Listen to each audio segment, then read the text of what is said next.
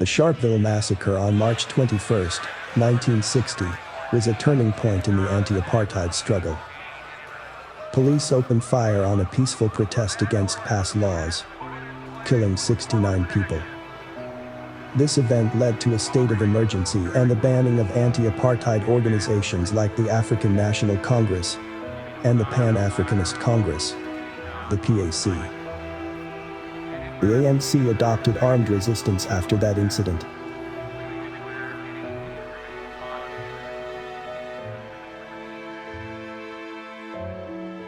The Pan-Africanist Congress, PAC, was founded in 1959 by Robert Sobukwe and other members who broke away from the African National Congress. The PAC was formed in response to dissatisfaction with the ANC's moderate approach to fighting apartheid. The PAC embraced a more radical stance, advocating for African nationalism and self-determination. It rejected alliances with non-African political groups and focused on the liberation of all African people. The ban led to the underground operations of these organizations, and the PAC had to go into exile, where it would continue to advocate for the liberation of South Africa. Founder Robert Sobukwe and other leaders were arrested and imprisoned. Sobukwe was given a detention order in 1960, which allowed the apartheid government to imprison him indefinitely without trial. He was confined to Robben Island and later transferred to prisoner of war camps in the remote areas of the country. He was released from prison in 1969 and was kept under house arrest in Kimberley in the Northern Cape, where he lived in relative isolation and heavily restricted by the apartheid government.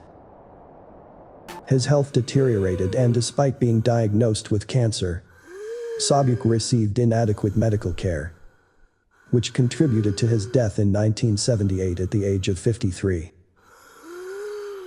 Despite the repression, the PAC continued its work from exile, particularly in African countries like Tanzania and Zambia, where they were part of the broader Pan-African struggle against colonialism.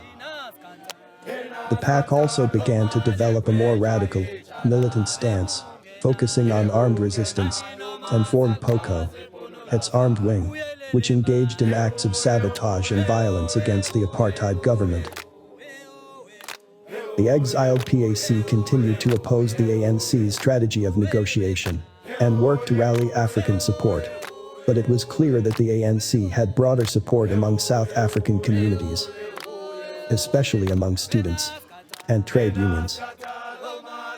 The PAC's focus on African nationalism, which rejected alliances with non-African groups, did not resonate as strongly in the international climate of growing solidarity against apartheid, particularly in the context of the global civil rights and anti-colonial movements. In the late 1960s, the Black Consciousness Movement, BCM, led by Steve Biko, emerged as a major force in South Africa. The BCM was largely influenced by the PAC's emphasis on African nationalism, but it differed in its approach. The BCM focused on the psychological and cultural empowerment of Black South Africans, stressing pride in Black identity and self-worth, and rejecting the inferiority imposed by apartheid. It sought to awaken Black South Africans to the power of their collective identity. Although the BCM was not formally affiliated with the PAC, it shared many of the PAC's ideals about Black liberation and African self-determination. The movement grew particularly strong among Black students and intellectuals, and it was an important part of the anti-apartheid resistance throughout the 1970s and beyond. The BCM's focus on psychological liberation and empowerment resonated strongly with young Black South Africans, particularly students. Its ideology was appealing because it addressed the psychological toll of apartheid and aimed to empower young people, emphasizing the importance of education, culture, and self-identity. In Soweto, a vibrant student community took up these ideas, and the movement rapidly gained momentum. In the heat of South Africa's struggle against apartheid, the voices of youth emerged as a powerful and defiant force. Among them, two organizations stood out as beacons of student activism: the South African Students' Organization, SASO, and the South African Students' Movement, SASM. The South African Students' Organization, or SASO, was founded in 1968 by Steve Biko and his fellow activists. At its core, SASO was a response to the failure of the more traditional anti-apartheid organizations to adequately address the specific needs and concerns of black students.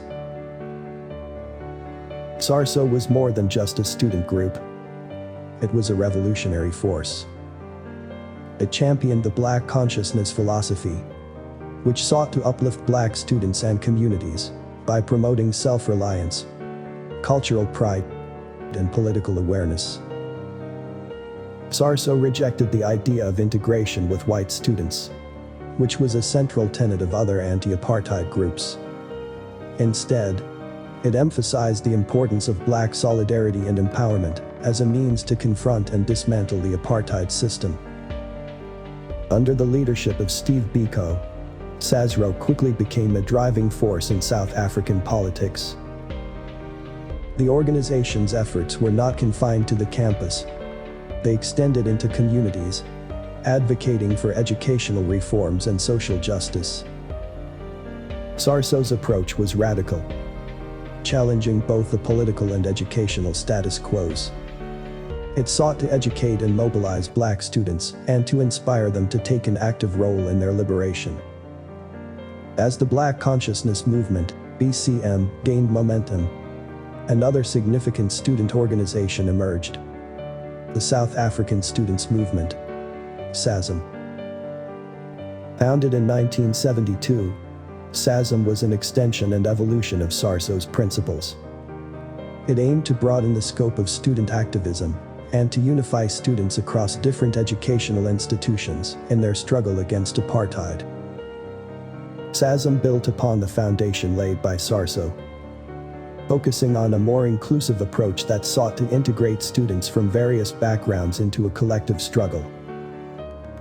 While SASO had primarily focused on black students, SASM's formation was a strategic effort to rally a larger student body to the cause, emphasizing the role of education as a tool for liberation and resistance.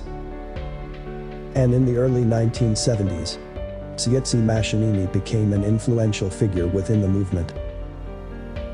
As a leader and activist, he was deeply involved in organizing and mobilizing students across the country. His vision was clear: to unite students in a collective struggle against apartheid's repressive educational policies. The movement was instrumental in organizing protests and demonstrations against the apartheid regime. One of its most notable achievements was the role it played in the 1976 Soweto Uprising, marked by brutal police retaliation, and was a turning point in South African history. The protest began peacefully with students marching to demonstrate against the Bantu Education Act, which was designed to provide inferior education to black South Africans. However, tensions rose when the police, in full riot gear, confronted the students. The peaceful protest turned violent when police opened fire on the crowd. Many were killed and hundreds more wounded. It sparked widespread protests and unrest across South Africa, with students in other cities and townships following the example set by Soweto. The event also galvanized international attention to the brutality of apartheid and further isolated the South African government on the global stage. It highlighted the power and determination of student activism.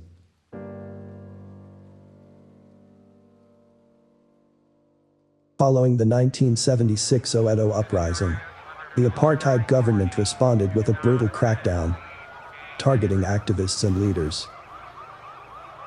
The uprising was not only a response to the imposition of Afrikaans, but a broader expression of anger over the denial of black identity, dignity, and rights under apartheid. The legacy of the uprising still resonates today, with June 16 commemorated annually as Youth Day in South Africa. The apartheid government, led by the National Party, viewed SASO and its associated black consciousness ideology as a major threat.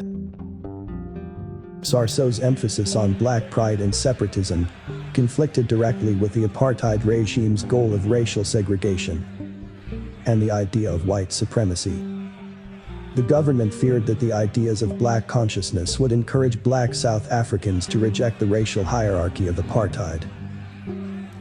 By the mid-1970s, as SASO continued to grow in influence, the government decided to take action against the organization. In 1977, the government banned SASO, along with other black consciousness organizations, including the South African Students' Movement, SASM. The banning was a direct result of the increasing pressure from black activism and the government's desire to neutralize any challenge to its authority. The Internal Security Act of 1982 and other repressive laws later gave the apartheid government the legal authority to shut down any organization that it deemed to be a threat to national security. On August 18, 1977, BCM leader Steve Biko was arrested in Pretoria by apartheid police under the Terrorism Act, which allowed the government to detain individuals suspected of being involved in anti-apartheid activities without trial.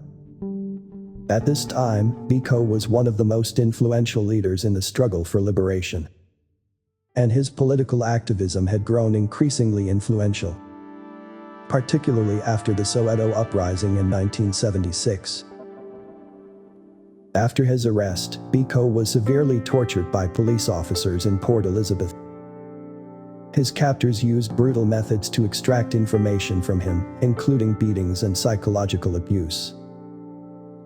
Biko was kept in solitary confinement, denied medical attention, and subjected to physical violence over several days.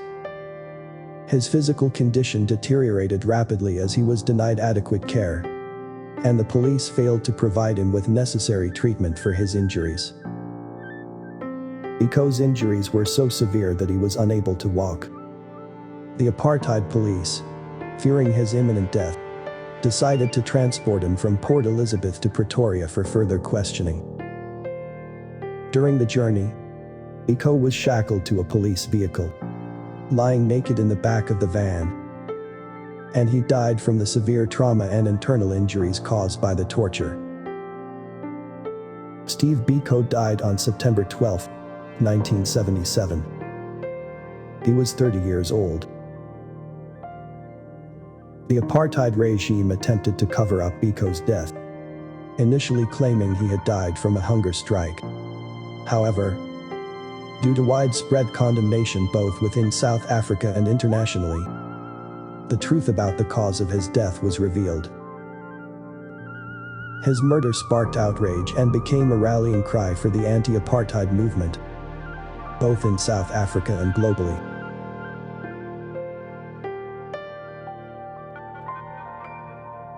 Mashinini was forced into exile to escape the regime's repressive measures. He lived in various countries, continuing his advocacy for freedom and justice, while enduring hardship and displacement. The BCM's ideas and strategies resonated beyond South Africa and influenced anti-apartheid movements and discussions on black identity globally. BCM's other influential figures, like Steve Biko's partner, Mampela Rampeli, a medical doctor and activist, continued to be a prominent advocate for social justice after Biko's death. Barney Pityana, who played a significant role in the South African Students' Organization and the Black People's Convention, BPC, which was instrumental in promoting the BCM's ideas, went into exile in the late 1970s due to the escalating repression and the danger posed to his safety. He spent time in several countries, including the United States and the United Kingdom. During his exile, he became an influential figure in the international anti-apartheid movement. He worked with organizations such as the International Defense and Aid Fund, and was involved in efforts to mobilize global support for the struggle against apartheid. He returned to South Africa after the end of apartheid in 1994, and continued to be an influential voice in South African politics and academia. He held various academic and professional positions, including serving as the Vice-Chancellor of the University of the North, now the University of Limpopo, and as a professor of law. His work focused on issues related to human rights, democracy, and social justice.